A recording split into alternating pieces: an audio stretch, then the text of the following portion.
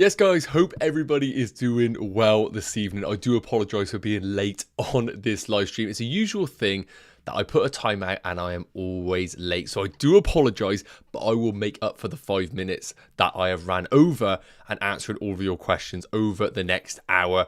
Good to see some familiar faces in the chat. As always, make sure you fire any questions you have in the chat and I'll be answering it throughout this live stream. It isn't going to be a case of you waiting around for an hour for me to answer any of your questions.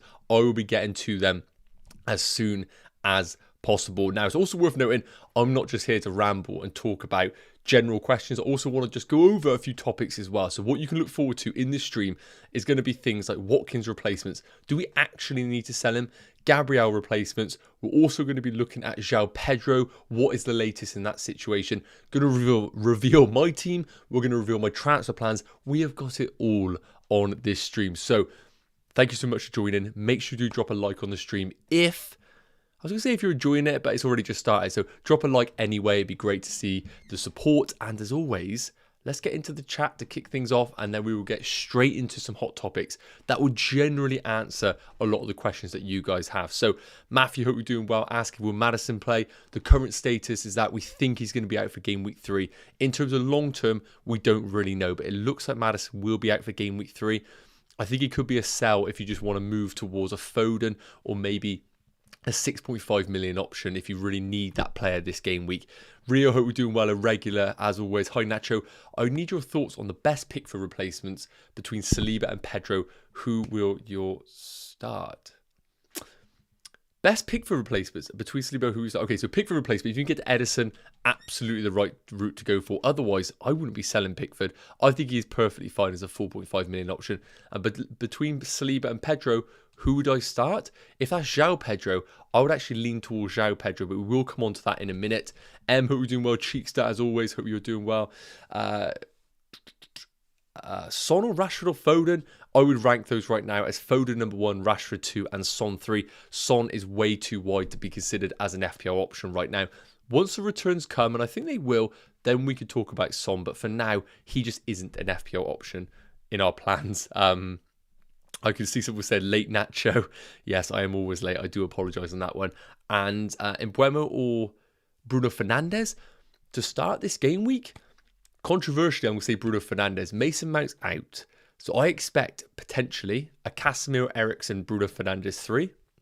Or maybe even the return of McTominay in that midfield. Regardless, I think this is good for Bruno Fernandes with Mason Mount being out. I think we could see maybe a bit more structure to this Man United midfield going into game week 3. And I just feel like if you own Bruno, you start him in any fixture you have. My thing to you would be maybe just try and get both of them on your field because I hate the thought of you benching either of them. Jackson or Alvarez, we're going to come on to some Watkins replacements in a minute. So for those that are asking about Watkins, make sure you're sticking around as I will be coming on to that in a bit. Yeah, right. So we're going to keep going with the questions, but I want to go into the first topic that I know is a very, very popular one right now. That's going to be the Joao Pedro situation. So once again, guys, if you are enjoying it, make sure you drop a like. If you're watching this, you're not subscribed to the channel, please do consider subscribing. I do appreciate that. It might take a little bit of convincing to subscribe, and hopefully I can do that this live stream. So let's get into some Joao Pedro talk. So, Enciso injury news, because this is going to have a direct impact on Joao Pedro going into game week 3. So this is taken from yesterday. There's quite a few accounts that are reporting Enciso news, but honestly, I've never heard of the accounts, and I don't really want to jump the gun and say to you right now that Enciso is out long term, because there are a few rumours about that. So this is what Fabrizio Romano tweeted yesterday, saying he suffered a knee injury, and they are looking like it could be in a training session. The extent of it, we do not know. Now, what that says to me is that there is literally no chance that he's going to play in game week 3. And this is the man that basically replaced Joao Pedro in the Brighton team in game week 2. Now, because of this news, and I do think it's true, I don't think it's like false news or anything, especially with Fabrizio tweeting it. This is enough information for me if I own Joao Pedro to keep him this game week. Now, they're playing against a West Ham team who had a fantastic score against Chelsea, beating them 3-1. But this is Brighton we're talking about right now. A team that accumulate like 3 XG per game. Joao Pedro being on penalties, we believe as well. I think now this is enough information to keep him in your teams. We haven't seen a lot of times where Welbeck and Ferguson have played alongside one another, but I'm not doubting that De Zerbi could throw a curveball out there. But I do think that it is going to be a case of either Welbeck or Ferguson up front. And I think Joao Pedro is going to play in that kind of number 10 role that they do have, with maybe a Pascal Gross and Gilmour double pivot in the midfield. Now, if there are any Brighton fans out there and you have a bit more information or a bit more thoughts about it, let me know. Because, of course, it would be handy to know what your thoughts are on this situation. But for me, I feel like this is enough information to keep Joao Pedro this week. Now, I'm going to put a quick poll in the chat here just to get an idea on how you guys are feeling. But would you... what would you do with Joao Pedro? Just want to get a little bit of a general consensus, because this will help a lot of you guys out as well who are thinking, do I sell him, do I not? Sell, keep. Just going to put it in the chat, guys. So if you could vote on that, that'd be awesome. Just to get a bit of an idea on what direction people are thinking. So for me, with the West Ham home game, I think it's a good enough fixture to keep Joao Pedro for this game week. Now, does that mean everybody should keep Joao Pedro? No.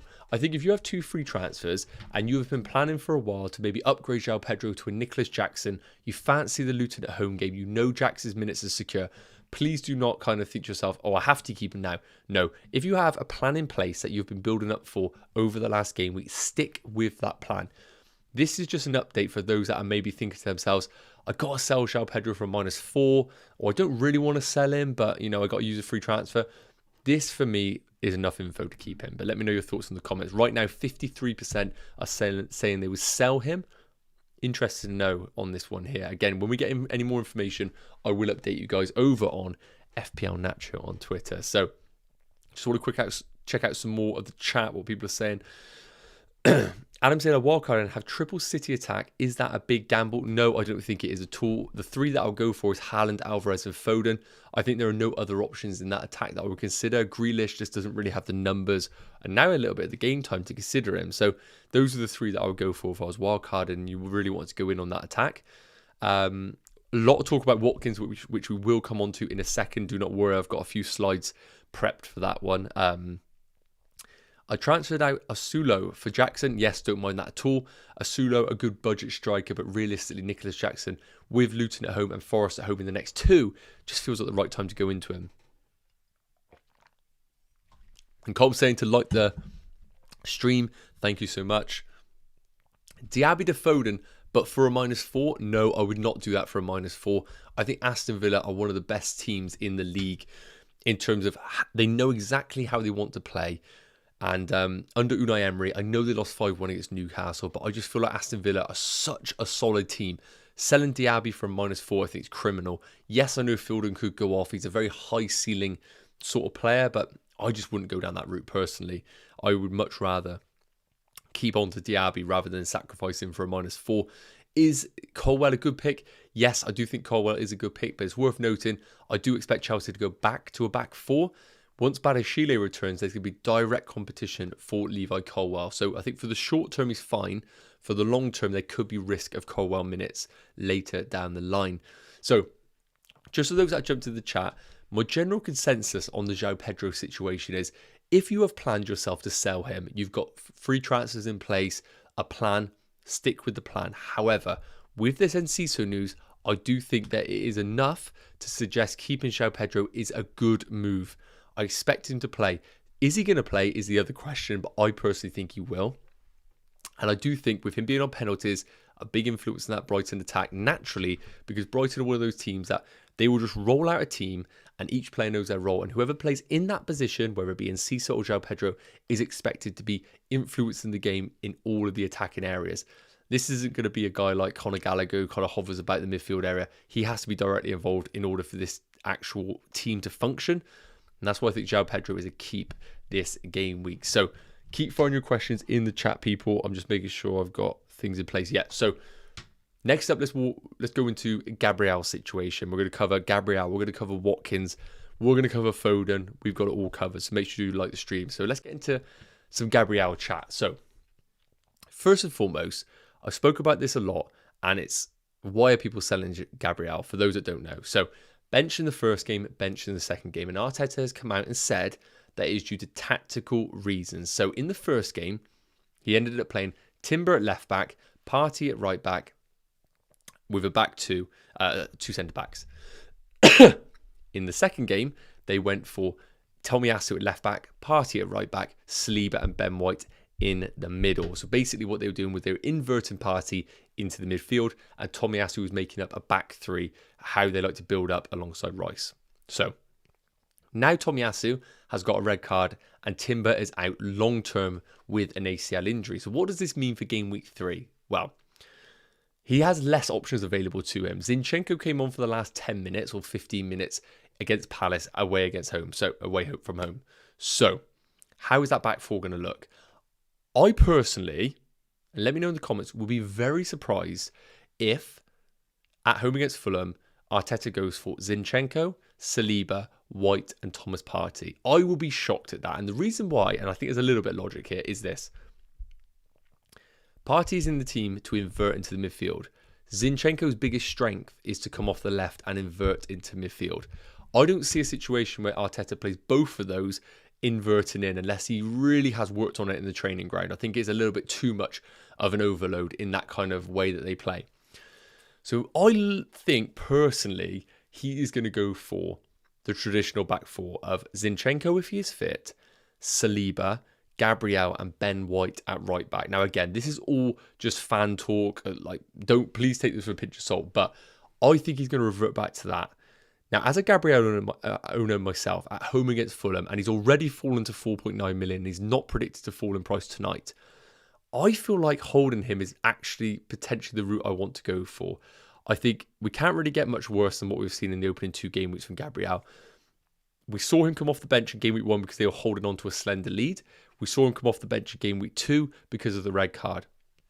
I'm hoping this game week, if it is a normal, routine Arsenal victory, he will not have to bring on Gabriel if he is going to be a bench player. And if you have a first sub in your team, they can simply come on for a replacement. So, my general consensus is this. I actually think holding Gabriel has now become a bit of an option for our FPL teams and something that I am kind of considering right now. Now, if you were thinking to yourself, Nacho, you have lost the plot. What are you talking about? I thought it was a good opportunity for me to put some replacements ranked in order for you to get a bit of an idea, because I appreciate some of you aren't going to be on the same boat as me thinking Gabriel is going to start. I understand that. Right, I was going to move my camera a minute, sorry. So, I've decided to rank the replacements in my eyes. So first up, I think third place goes to Henry at 4.6 million. Now, the great thing about Henry is that he's cheaper than Gabriel, so you're going to free up some funds in the bank. Long term, the fixtures are good for Brentford. And I don't know about you guys, but I feel like Brentford are one of those teams that I back defensively to do okay in most fixtures. As I mentioned, a cheaper asset and also offers some attacking potential. He underperformed last year. I think we were expecting more from him. But going into these opening game weeks in 3, 4, 5, 6, I think there is a potential for Henry. The problems, potential double up of Mbeumo and Henry, and a potential triple up if you are interested in someone like a Vissa up front. And I don't want to go triple up on Brentford, or even necessarily going double up on Brentford is as exciting as some other FPL managers out there. The other issue of Henry is that we don't know whether he's going to play as a wing back or an actual left back. I don't think it changes much. I think he is still expected to bomb forward in that Brentford team, but him playing wing back is just a bit more exciting than knowing that he's going to play as a traditional left back. But I like Henry. He's a steady pick and he puts some money into your bank. Diaz at number 2. Now, I've had a bit of debate with people about this because I think he is locked on for minutes. Others don't think he is. I get it. But I think he's the safest of minutes. The fixtures for Man City are amazing and they are simply the best defensive team in the league. The problems: requires money in the bank, 5.5 million, or you use him as part of a second transfer. Maybe you downgrade Watkins to Jackson and then you upgrade Gabriel to Diaz.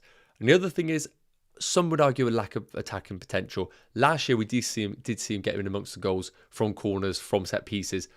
But realistically, is he going to offer as much attacking potential as a Chilwell? No, he's not. And that is why Chilwell is still going to be number 1. Now, I understand his ownership is still flying. It is creeping up every single hour. But I still think he is the route to go for. He's heavily owned. He's going to become a template pick. So I don't think you should be avoiding him.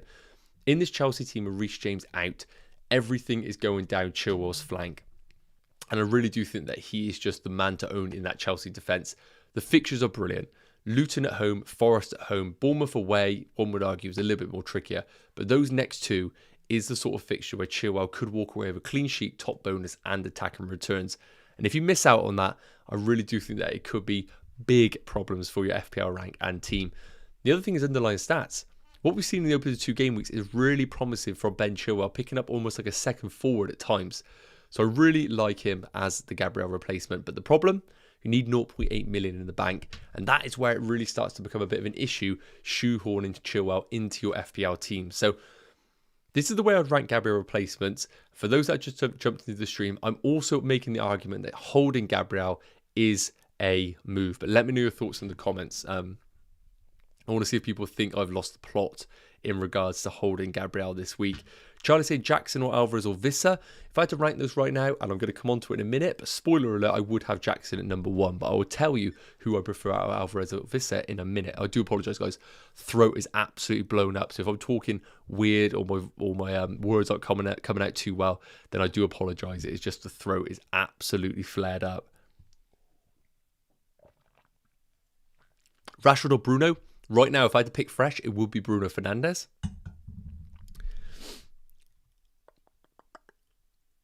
I've covered that, Rashford or Bruno. Who would you captain? Haaland, Rashford, Bruno, or Mbeumo? Haaland for me, against Sheffield United, he's going to get so many opportunities. That is the route to go for, no doubt. And he is going to be so highly owned. The effective ownership is going to be massive. If you swing against and the pick that you go for blanks, you're in real trouble with your rank. After that, I probably would go for a Bruno Fernandes, I think. I just don't really like Rashford playing as his number 9 right now.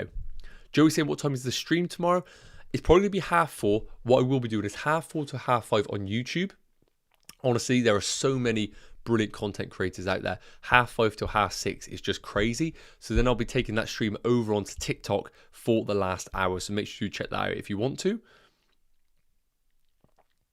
People ask about what my plans are. I will be coming on to my transfer plans in a bit. Sam Garner, which one player do I bench out of? Watkins, Jackson, Saka, Rashford, Foden, and Mbeumo, or Matoma? Oh, I would not bench any of those. Honestly, what a pick. Honestly, mate, I could not pick any of them. Do you actually have to? Like, who's the other guy? I guess Haaland in the front 3 with Jackson and... Mate, if I had to bench one this game week,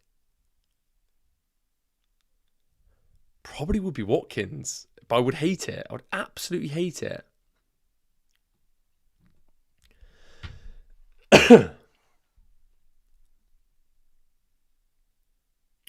Brentford a class.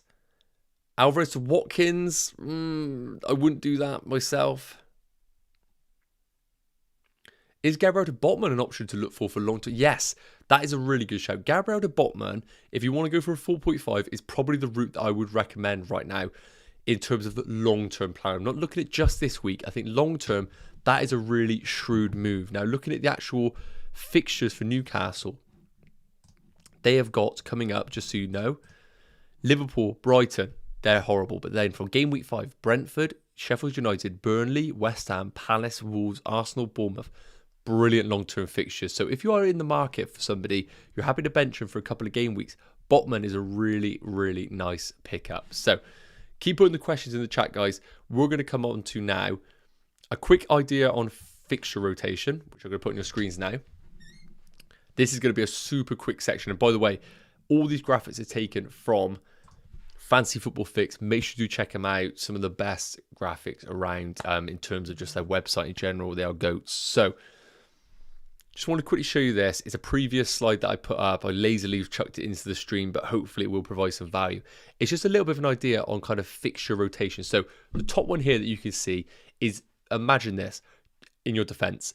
And I'm just not including Kabore because basically he's in everyone's team, but you're never going to play him. So the 4 players that you actually would play, you got Chelsea, which would be Chilwell, Brighton, which will be Estupinan, Spurs, which will be Udogie in my case, and Brentford would be Henry. Now, this is a bit selfish, this bit, because that's kind of my defence if I was to go down it, but it rotates quite well. Game week 3, you bench Udogie. Game week 4, you bench Estupinan. Game week 5, you'd have to play Estupinan away against Man United, but it's not the worst.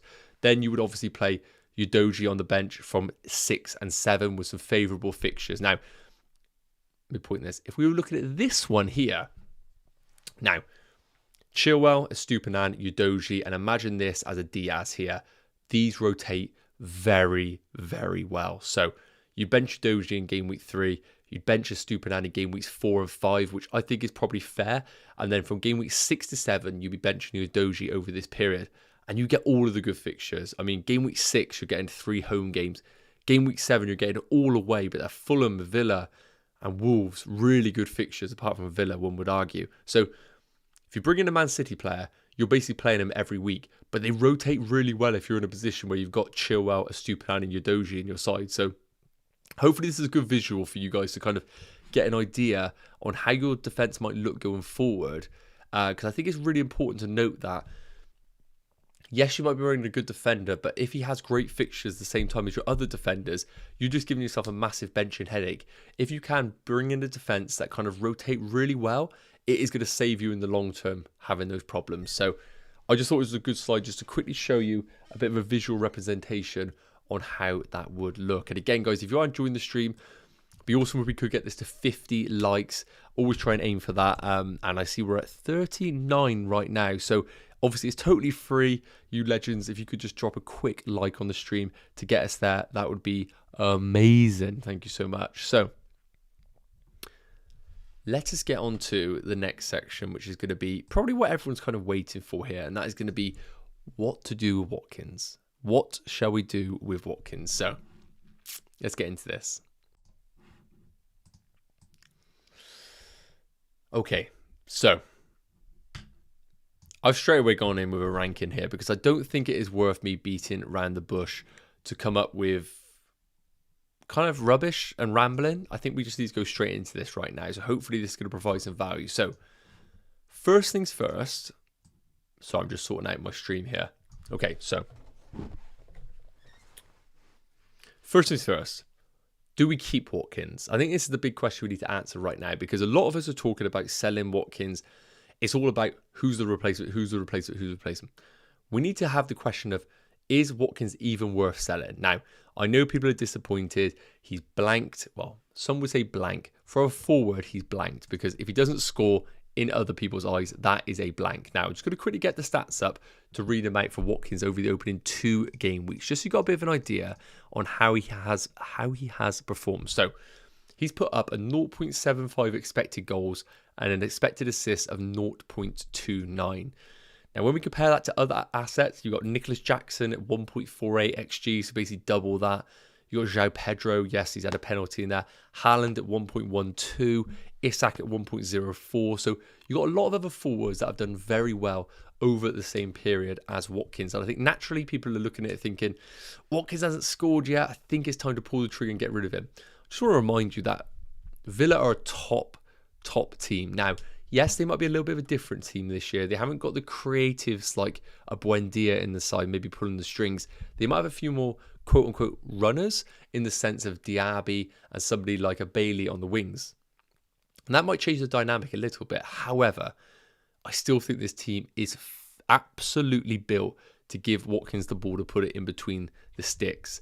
And I do not think selling Watkins is the obvious move right now. I honestly do think keeping Watkins is a brilliant differential move. Now, why are people selling him? Well, the main reason why people are selling him is because of the fixtures that other teams have. We need to remind ourselves, Villa are away against Burnley, who haven't played in a week. One argument would say they're fit, they're raring to go. Company's got them drilled on the training ground, completely focused on this Aston Villa game. And we need to remind ourselves, Aston Villa played last night against Hibernian. Now, of course, I know they routed them 5-0, but it's still not ideal for a full-strength Villa team to play on a Tuesday night. So Burnley have been drilled for the last 2 weeks to play against Villa. And we need to remember, they played Man City in the first game weeks. We literally do not know what Burnley are like.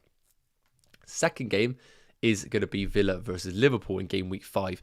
Now, again, game week 4, sorry. Again, we could argue Villa are good in attack, Liverpool terrible in defence, and Watkins could go on a mad one against that back line of Liverpool. But would we say it is Hall territory in the next 2? I am not as confident as some others. Now, looking at the alternatives available. First up, Visser at 6.1 million. Great long-term fixtures. cheap asset, so it puts money in the bank if you need it, and brilliant underlying numbers. Visser's numbers are a joke. 1.62 XG, and that is without any penalties, and 0.07 XA. This is what I love. People talk about well-rounded forwards. They talk about a 1.5 XG and a 0.5 or a 1 XA. I don't want that. I want the guy who has got all XG and no expected assists. And the reason being is because it means everything is funneled through him. He's selfish, he's greedy, and in FPL terms, that is exactly what we want from an asset. So that is absolute gold dust when we were reading those underlying numbers. So you're probably wondering to yourself, why don't we just do Watkins to Visser? Well, he has had 2 early substitutions, and this has been a common theme in last season. He's come off around 71 minute, and he's come off around the 79th minute. And for me, with games going into the 100th minute pretty much every game, we're losing out on like 20 minutes or 15 minutes per game. That's a problem when we're comparing it to someone like a Watkins who's going to play the whole 100, maybe even a Nicholas Jackson that's going to play the whole 100. And because of that reason, it has put me off Visser a little bit. And it's also worth noting, do you want to go for the Brentford double up of Mbeumo and Visser if you already have Mbeumo? That is going to be the real question there as well. Maybe you're not as bullish on the Brentford attack, and I understand that if that is the argument. Now, second place is Alvarez. Hang on. I'm absolutely parched. Okay, Alvarez is second at 6.6 million. Unbelievable value into the Man City attack. 90 minutes of both games, which is great news. Amazing fixtures. However, pet roulette is just simply a thing. And the problem I have right now with Alvarez is he isn't actually playing as a forward. He is playing as a 10 behind Haaland alongside Phil Foden. And while that's great, he's getting in game time, he isn't actually playing as a forward. So whereas some players are registered as a forward, but they're actually playing as a midfielder, we haven't got that case here. We've got a case of him playing as a midfielder, but he's actually a forward on the game. Everything goes through Haaland in the Man City team. Does that mean the goals won't get shared out? Absolutely not. I think more people will score in this Man City team than Brentford's team, for example. But I just want to put that caveat out there that he's almost playing as a 10, not as a forward. And that is my main worry here. And the other thing is, if you already have Haaland, which I'm assuming everybody does, if you then bring in Alvarez, I think Foden's still the man to go for. And all of a sudden, you got one Man City spot left, and you're looking at it thinking, do I want to go Haaland, Alvarez, and Foden? Some of you might argue that isn't the route you want to go for. And if that's the case, then you're probably looking at it thinking, oh, wish I didn't buy Alvarez. So just want to put that little bit of a thought in your head there that maybe Alvarez is just the easy move for you this game week, but the following game week, you're going to want Foden. So I just want you to make sure you do register that. Now, between Jackson and Alvarez, I want you to imagine Watkins there, because that is where I would put Watkins in this list. If I have Watkins, I prefer holding him than buying both Alvarez and Visser. That is the way I'd rank it right now, because as I said, I fancy Watkins in any fixture. I fancy Villa in any fixture. And at 8 million, I like the idea of holding Watkins, knowing that Gabriel Jesus is going to be back in the next game week or so. We all spoke about in pre-season that Gabriel Jesus was the forward that we all wanted to own. He's back in training right now. And if you have a Watkins and you fancy him against Burnley and you fancy him against that high line in Liverpool, then you could come into game week 7 or game week 6 and easily bring in Gabriel Jesus into your FPL team without having to have any money in the bank at all. So I think that's why I would like to hold Watkins, and he's simply a great player. But number 1 is going to be Nicholas Jackson. Now, guaranteed game time. I know Brosier's come back into training, but realistically, he ain't playing right now. He's just come back from an ACL. He might get a few minutes here and there, but I don't think it's going to impact Nicholas Jackson. Great underlying numbers, as we discussed. He has posted a 1.48 XG and a 0 expected assists. So while everybody's talking about him being a great link-up player, bringing the players into the game, he's got 0 XA. Everything has been chances, chances, chances. And while he hasn't put the ball in the net, he has Luton at home and Forest at home in the next 2 game weeks. Now, I think a lot of people have come to the same conclusion. Chelsea are struggling to break down low block teams. It is just inevitable with this Chelsea team. However, West Ham are better than Luton, and West Ham doing a better job at putting up a defence than Luton will do. I expect if Chelsea have 70% possession, which I think they probably will do, they will eventually break down Luton, and then Luton are going to have to come at Chelsea, and that is where the spaces do emerge. So Nicholas Jackson against Luton. I know we're creating a narrative that it's going to be a tough game, and it may very well be, but for me, the fixture's too damn good to ignore. It is too good to ignore. Now, what's the problem with Nicholas Jackson? Most expensive option, and there's rumours of Chelsea maybe going into a market for another forward. But until that happens, I think we need to look at the short term. We're bringing in a forward like Jackson for the next 2 game weeks. That is it. After that, he could then go up to someone like a Gabriel Jesus if we want to. So that's how I'm going to rank him. Nicholas Jackson, number 1. I'm currently debating selling Watkins to Jackson. Jackson is 1, Watkins 2, 3 will be Alvarez, 4 would be Visser. Let me know your thoughts in the comments, people. I'm going to answer a few more comments, and then we're going to move on to my current team. I think we're going to get straight into the team next. So we're going for about 40 minutes. So again, if you haven't liked the stream, please do consider dropping a like. And of course, if you're interested in any additional bits, make sure you do check out the link in the bio. Patreon, going strong, do additional content over there, and basically just answer any of your questions one-to-one. So it'd be awesome to have you on board this season. Link is in the bio. Make sure you join the league as well. I do apologize, I'm talking weird. As I said, my throat is absolutely flaring up, so I'm a little bit kind of croaky and struggling a little bit to talk, but hopefully it's coming across okay in the stream. And while I'm just reading through the comments, I just want to quickly put in another poll for you guys, just to get an idea on who you think the best Watkins replacement is. Because again, this is the beauty of these streams, is that we can get real-time kind of information from you all, keep you all engaged on Alvarez, on what your thoughts are. And also what I love about the polls as well is that you might be sat there thinking, Nacho, I get some of your points, but I kind of want to be not a sheep, but I want to kind of know what the rest of the community are doing.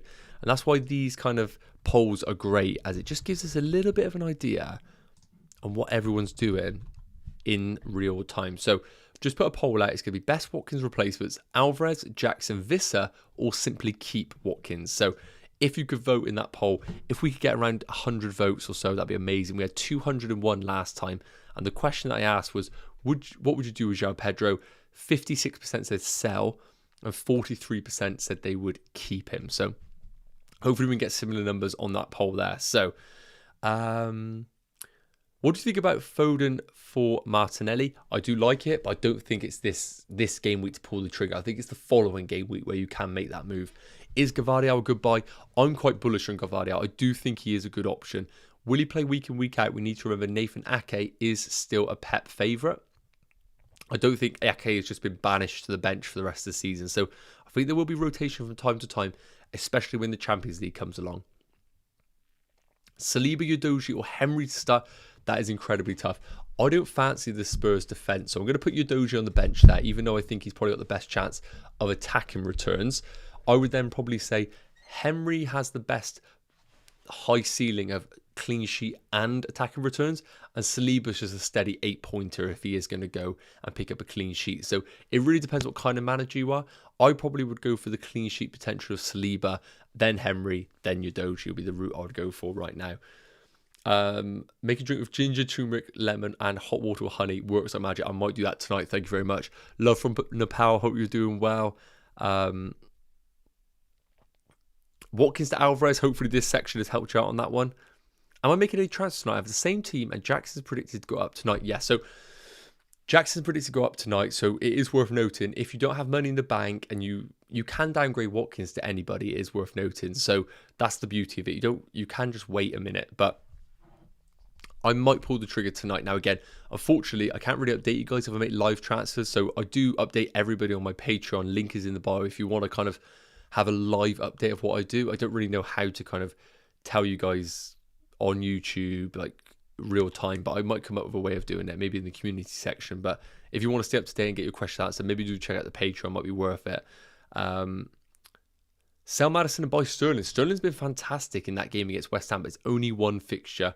But Maddison is out injured, so I probably would like Sterling as an option, but I'm probably just being a Chelsea fan there and hoping he comes good. I still prefer Mbuemo, Eze, Mitoma, probably all of those above Sterling right now.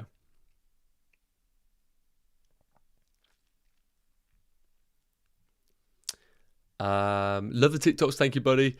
Rico Henry or Udogie? I probably would start Rico Henry over Udogie. Looking at the fixture for Brentford this week at home against Crystal Palace, I like Crystal Palace, but I probably would prefer Henry from a clean sheet perspective than Udogie. I just don't think Udogie's got it in him in that fixture.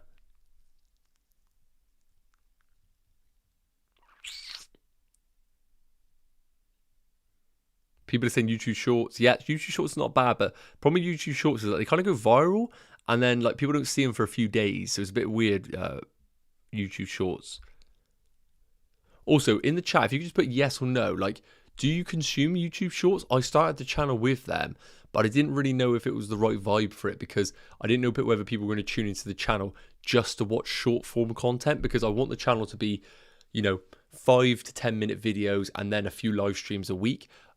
Would put shorts on the channel, and if people don't know what YouTube Shorts are, they're basically like Instagram Reels and also like TikToks. Would that affect the experience? If you could just let me know, I will put another poll up in a bit about that one. But if you could just put yes or no in regards to the YouTube Shorts, that would be handy to know just for content-wise on it. Right, keep voting in the poll. We currently have 92 votes. 42% are saying Jackson's the best replacement. 26 are saying keep, which is interesting. 17% on Vissa and 15% on Alvarez. Right, let's get into the next section, which is going to be... Oh, sorry, I just like teleported there. Quick chat on Foden Alvarez. Again, another slide that I used on a previous video, but I think it does provide some value for those that are questioning which one to go for. It's 2 games of data. We can't really come to any conclusions right now, but you can see this here taken from Fantasy Football Fix. The heat map of Phil Foden and Alvarez are in very, very similar areas, kind of in and around that middle third of the opposition half. Foden in particular being heavily involved in a lot of the build-up play, trying to link up with Haaland. Alvarez, less touches of the ball, but a few more penalty area touches in some promising areas. Now, in terms of expected goals, Foden leads the way. Foden leads the way for shots. Shots in the box are joint on 4, and expected assists are in Phil Foden's favour. Now, again, it's 2 games. We literally can't come to a conclusion based off 2 games of information, but I just think Foden is going to be so heavily influenced in this Man City team. And with KDB out, I don't think there are many better creators in this Man City team than Phil Foden. I think they will really be affected if he was to be taken out of the team. Somebody like Alvarez is a big creative miss as well in that team. So I think Phil Foden is in this team for the long run.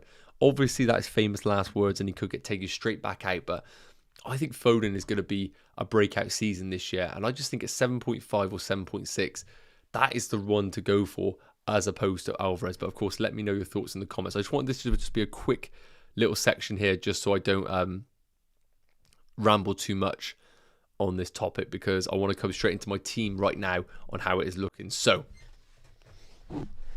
here is how the team is looking as we speak with no transfers made. Now, you've noticed there's probably a wild Gabriel in the team. Those that are tuning in right now will not know, that I'm debating keeping Gabriel in my team.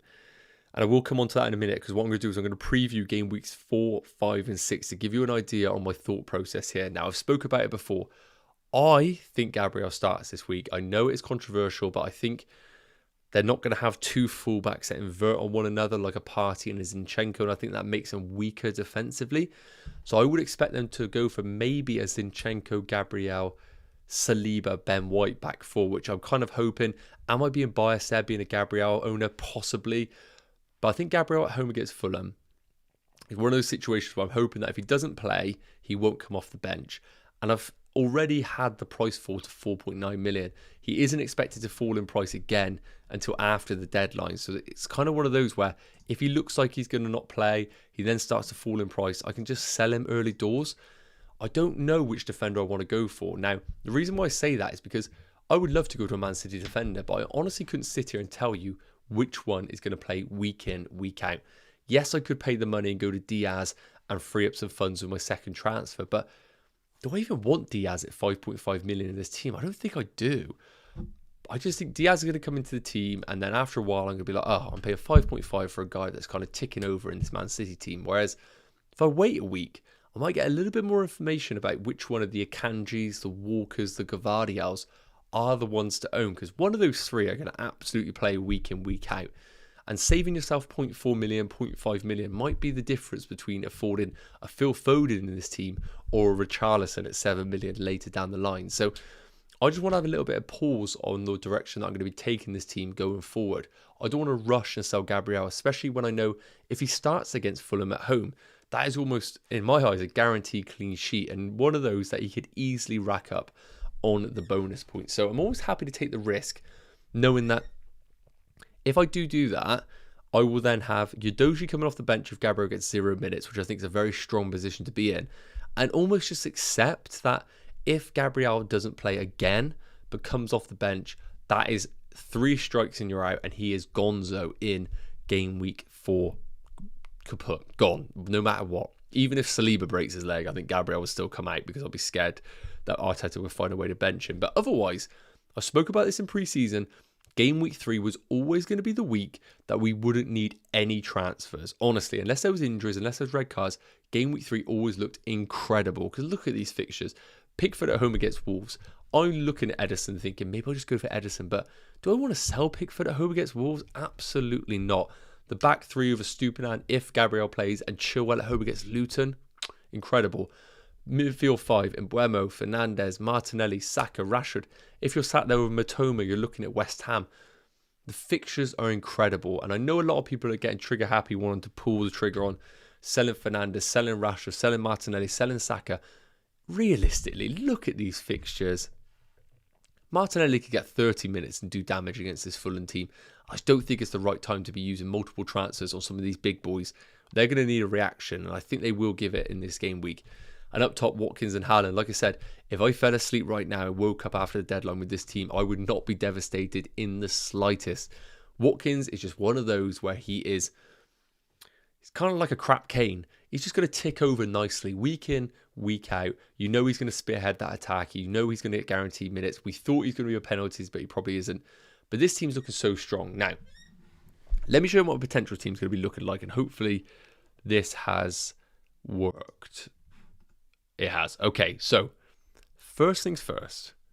If you do not have this extension on your official FPL website, then what are you playing at? This is the Fantasy Football Fix Chrome extension, okay? And I am on the official site right now, just a heads up. This is the official site, okay? And all I've done is downloaded the free Google Chrome extension, and it's put in a planner thing here that I can basically just do future planning, and it doesn't affect your team. And it's also already got the price changes built into the site here. So I literally am on the official site, and it's got everything here. It's an absolute joke, and it's all completely free. Do check it out. You're going to need a free Fantasy Football Fix account. It takes 2 seconds to set up, and you get unbelievable tools like this. If you want any more information, please do let me know in the comments, and I'll obviously pass it on for those that want it. But this is a joke. So this is kind of like a draft section, and this is how my team is looking with my one intended transfer, and that is going to be Watkins to Nicholas Jackson. Now, if you tuned into this whole live stream, you'll know I think Watkins is a perfectly fine hold, but just because of the fixtures that Nicholas Jackson has, this Luton and Forest game, I just want the player that I think could really go off, and it could be Nicholas Jackson. Now, I don't even know if he's good yet. I'm a Chelsea fan. I've watched him. I know he's a good player. Is he a good goal scorer? I don't think so, but Luton could just be Derby 2.0 of many years ago, and I don't really want to miss out on that opportunity of having the forward that might get a hat-trick this week, and I don't think that's Watkins. I think it could be Nicholas Jackson. And as I said, I have 2 free transfers, and I don't want to burn a transfer. The midfield 5, I'm not touching. I know people are wanting to move them out, but for me, they are holds this week, absolutely. And outside of that, who else do I sell? Now, I know you're probably sat there thinking, Nacho, have you hit your head? Sell Gabriel immediately. But as I said, I don't know who I want. Honestly, I could go to Henry, but it changes the complete complexion of my team for the future game weeks. If I go for Man City defender, I don't really know what Man City defender I want. And that's the problem there. And as I've already discussed, I'm happy with Udogie just coming off the bench if I want to go down that route. So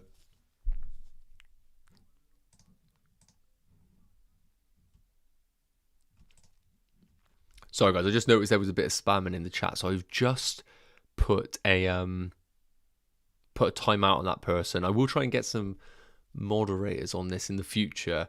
I am kind of new to the live streams on this channel, so hopefully somebody might want to step up. Let me know in the DMs if you want to be a moderator on this chat. It'd be great. So basically, look, this is how the team would look with one free transfer of doing Watkins to Nicholas Jackson. It would free up 1.5 million in the bank, which is such a strong position to be in. Now, let me show you why I only want to use one free transfer this week. So let's go into game week 4 a minute. Okay. This is how my team would look for game week 4. So Pickford away against Sheffield United. And hopefully you guys can see this screen okay. Hopefully it's not too zoomed out. So this team here. Pickford away. Like, I'm absolutely fine with that away against Sheffield United. Gabriel, Estupiñán, Chilwell. Okay. But realistically, your Doji's probably coming in there, isn't he, for Estupiñán? So let's chuck him in. Gabriel, not good. Midfield 5. Saka, not a good fixture. Well, some would argue. Mbeumo, Martinelli, Rashford against Arsenal.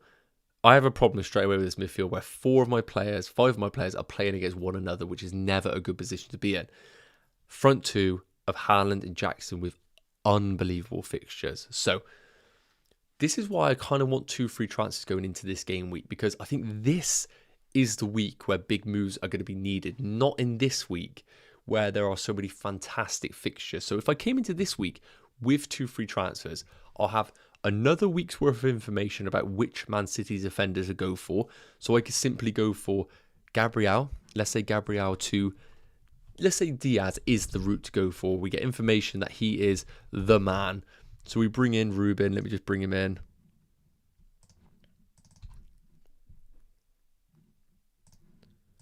Diaz, 0.9 million in the bank. And then we realise that because of the introduction of Gabriel Jesus, it means Martinelli's game time's at risk. Let's just say hypothetically, I can then sacrifice Martinelli in this team and really double down on the Man City attack with Phil Foden. Straight away, the team's gone from quite a bad looking team to a very strong looking team off the back of just holding my other free transfer for one more week. I don't have to pull the trigger this week. I don't need to take that punt. And all of a sudden, this team looks very, very strong. I've got the Fulham at home game for the Man City assets, and I've given myself one more game week to get a bit more information on which ones I want to prioritise. And then simply going into game week 5, we then don't really have to make a transfer. We don't want to, because the fixtures are once again so good for the team. So I know it's rambling a little bit, but I just want to say that I know I've got Gabriel. I know it looks like an obvious sell, but now that we've actually done the price drop, the worst things happen now. The absolute worst thing that could happen for Gabriel is that he gets benched again and he comes on for 5 minutes for another 1-pointer. Then we just know that it is time to sell him. I just think holding him for one more week is just going to be one of those situations where I can then use my 2 free transfers in game week 4 to really capitalise on these Man City fixtures. So let me know your thoughts in the comments. I'll be really interested to know if this is just absolute rubbish that I'm talking about or kind of logical. Let me know. Chase saying, why take the chance? Just get Saliba. Realistically, I don't want to go back into an Arsenal defence myself. Let me just check. That's fine.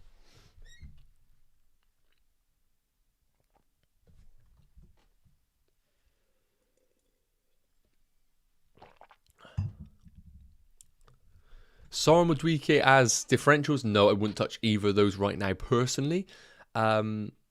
Where can I find this extension? For those that don't know, this is the Fantasy Football Fix Google Chrome extension. So if you go onto Google Chrome, go into the extension section. It's called, sorry, I'll be chatting a load of rubbish. It's called FPL Plus. So let me just put it in the chat here. It is called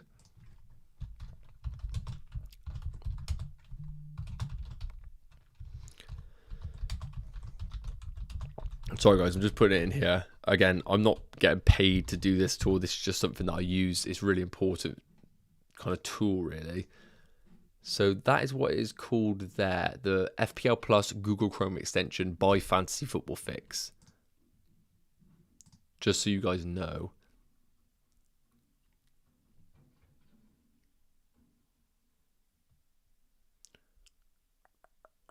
Immortal Technique, happy to mod. Okay, I will take you up on that, buddy. I will drop you a message later on about that because that would be pretty sick.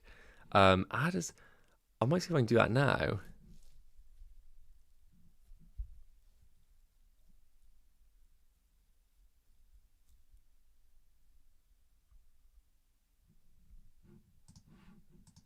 Mortal Technique, I'll just put you as a moderator now. Again, if anyone wants to be a moderator in the chat and, you know, isn't actually like stitching me up, then please let me know and I'll get you involved in Mortal Technique. I've just put you as one now because it looks like we might experience some spamming in the future. So hopefully that'll help out. And obviously you're such a great supporter of the channel. It'll be awesome to have you on board. Right, guys, so let's talk about this. I'm just going to hold it like a singer. So basically, this is the situation we have. We've been going for about 55 minutes on this live stream. We've covered off a lot of hot topics. So let's just go through these quickly because we're going to wrap it up here. And I'm going to do 5 minutes of literally speed answering questions. So it's going to be flying through. So first up, Joao Pedro. If you have him, I honestly think I would keep him off the back of this Enciso news. It looks like he's going to be out for a long time. And I expect Joao Pedro to start. Just be cautious. De Zerbi does crazy things, but I think for this game week, I don't think I'll use a free transfer. I probably would just stick with Joao Pedro. Gabriel, I don't think you have to sell Gabriel this week. I think there is a chance that Gabriel simply starts because of the injuries and the red card to Tomiyasu. If you're worried about Gabriel's minutes, and I absolutely understand why, this is the way that I would rank the replacements. Diaz for me is the Man City player to go for, but obviously if you want to save some cash, and Akanji or Gavardiel are good options for your team. This is how it would rotate if you went for certain options. I'll give you 5 seconds just to check this out. Again, guys, I'm just rambling here, trying to get through the hot topics very, very quickly for you all. Watkins replacements. Now, this is how I would rank them. Vissa, number 3. The good things, his underlying stats are a joke and everything funnels through him. The bad, he is getting substituted around the 70th or 75th minute. And when games are playing over 100 minutes, that is a little bit of an issue long term. And you might not want to double up with Mbuemo or Vissa. Alvarez, number 2. I just think there is pet roulette. And he is playing as a number 10, not actually as a forward. But there's no doubt it's an unbelievable value in that Man City attack. I'd actually have Watkins number 2 on this list in between Jackson and Alvarez. Simply because I actually wouldn't sell Watkins to either of those two personally. I would rather keep him than sell him. Main reason being Gabriel Jesus back in training. I think he'll be back after the international break. What an easy sideways move that'll be for your team. And number 1 is going to be Nicholas Jackson. Do I think he's a good goal scorer? Absolutely not. The bloke's played about 30 senior games. But I don't think Luton are Premier League quality myself. And they have Nottingham Forest at home in game week 4. Do Chelsea struggle to break down low blocks? They do. Absolutely. There's no question about it. But have Chelsea looked good in the first 2 games? I think they have. And I think Caicedo, Enzo, Gallagher in the 10, with Sterling and Madueke on the wings and Jackson down the middle, is a good team. And I think Jackson will get opportunities. And I think if a player is going to haul this game week, it just feels like Jackson is the one at home against Luton. Next up, Foden versus Alvarez. I would go for Foden. He is getting so many touches in the box. He's being creative. The absence of Mahrez and KDB means that Foden, I think, is going to play a lot of football. And I would rather go for him, even though he is 1 million more expensive than Alvarez as a midfielder. This is how my team's looking. And this is how I'm planning on doing my transfers. I might potentially put it back there. I'm looking at keeping Gabriel, which is a psycho move, and then doing Watkins to Nicholas Jackson. So that was a speedy roundup of all of the hot topics from this live stream. So if you just joined, you've basically had a 50-minute live stream in a minute. So congratulations. Now, we're going to answer some questions for the last 5 minutes. So we're going to be rinsing through these. So if you have any, get them in the chat now and I will answer them as we speak. Let's go. Animation, he's going to have to get the extension. Yes, good work. Definitely do it. I can't decide this week. Sterling or Martinelli, please help. Lol Connor, is that to buy or is that to start?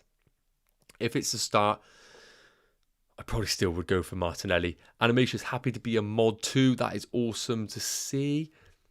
What I'm going to do is, because I'm going to do a Q&A quickly, I will basically screenshot everybody that is saying they're going to be a mod. And next live stream, we'll get you guys in as a mod. I just want to quickly speed through these, and then it'll be sick to get you guys on board for the next live stream. It's going to be tomorrow, by the way, 4:30 UK time. I will be live. If you guys are about then, it'd be sick. We'll get all the moderators on board, and we can start to build the FPL fan chat. Right. Gabriel loves scoring against Fulham. Heard it here first. Hey, man, have you made any transfers yet? I've just joined Rowan. I haven't. But if Jackson is rising in price tonight, I'll be very tempted to do Watkins to Jackson tonight. Pedro to Jackson or Asulo to Jackson. I would do a Sulo to Jackson if you have the money available. Udogie or Shaw to start. I would go for Udogie or Shaw to start. I would go for Luke Shaw. I would go for Luke Shaw. Charlie, Nacho, I would happily be a mod, mate. Love your content there. Thank you very much, Charlie. As I said, next live stream, if you're on board tomorrow, 4:30 to 5:30 UK time, I'll get all these mods kind of put in. As I said, I'm just trying to do a quick Q&A now. If I have time at the end of this, I will do it, though. If I can do it offline, that'd be sick. Why not Foden and Alvarez? I've wildcarded. If you've wildcarded, I don't mind that at all. I just wouldn't do it for free transfers. Any concerns with keeping Salah given the news? I've got concerns with keeping Salah even without the news. I think he isn't showing the value at 12.5 million. I would much rather downgrade that to loads of other midfielders in the game. So, yes, I am a little bit concerned about that, even without it. Do I sell Joao Pedro for Jackson? Ethan, this is really tricky because I think Joao Pedro will start with the injury news to Enciso. If it's been a plan of yours for a couple of weeks now, just do it. I think that's the route to go for. Best Gabriel replacement, I've covered that off. Hopefully we did cover that. I definitely have. I would not get rid of United midfielders this week. I would then do it next week. I think Mason Mount being out is only a good thing for this team. I think Ten Hag will go straight back to what he knows. Eriksen alongside Casemiro with Fernandes in the 10. And I think that's going to be good news for Man United this weekend. I'm expecting a big win for them. 3-0, maybe even a 4-0. You heard it here first. What do I think about Doku transferring next week? No, Doku, do not touch him for about 8 game weeks. Honestly, we need him to hit the ground running to even consider him first. Again, thank you all that have been talking about being mods. I definitely will get you involved. Thank you so much, obviously, offering up. Is Saka to Foden a good idea, as I have both United midfielders? Malik, for this game week, I just wouldn't do it. I'd rather sell a United midfielder than Saka this week. I think everybody's pulling towards Odegaard because he took that penalty, but Saka is the star boy. Honestly, I'm expecting Saka to go big this week. Udogie attacking returns are safer than Gabriel's defence. I would say if you're panicking about the Gabriel minutes, play Udogie because we know his minutes are pretty good. And again, guys, if you can, drop a like on the stream. It will be much appreciated. Again, if we can get to 100 likes, that'd be a joke because I always aim for 50. If we could be anywhere near 100 likes, that would be unbelievable. We're going to be wrapping it up in the next 2 minutes, so it would be an awesome way to end the stream. Be there at 4:30 or be square. Yes, I'll see you there, Charlie. How are you feeling about Sterling? I feel bullish about Sterling, but not an FPL option right now. I need to see a lot from him first and foremost. What to do if you have the same team but a Nana in goal? Probably be happier than what I'm in right now because you've got probably a decent clean sheet on the way. Thoughts on Spurs? I'm going to avoid for now, especially with that Maddison injury. I need to see how they're going to change their team with him out.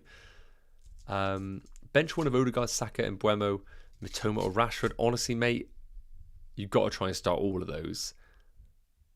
If I had to bench one, it probably would be Mbeumo, controversially. Probably would be Mbeumo. Walker, Gvardiol or Kanji, I would go for probably a Kanji. Just a Kanji. Right, guys, I think we're going to have to wrap it up there because otherwise I will be going on for longer than I intended. So, thank you so much for tuning into this live stream. I think we covered off a lot of the main topics that you guys wanted answering. So I really hope that has provided some value to you all. As I said, make sure you do watch it back because I've covered off Watkins replacements, Gabriel replacements. I've covered off the lot. So hopefully some of this will actually offer you some value this game week. So all that leaves me to say, thank you so much for tuning in. Those that asked to be moderators, I will get on that and try and get you involved for the next live stream, which is going to be 4:30 PM tomorrow. If you want to stay up to date with all my live transfers, I would recommend checking out my Patreon, which is the link in the bio if you do want to check it out. It's an opportunity where I update you exactly when I've made a live transfer and also one-to-one chat. I've got about 60 of us in there. We have a real good chat in there, so make sure you check it out. Otherwise, thanks so much for tuning in. Thank you for the support on the channel and on the videos that we're doing this week. And I will see you at 4:30 UK time tomorrow for the deadline live stream. Take care, guys, and I'll see you soon. Cheers.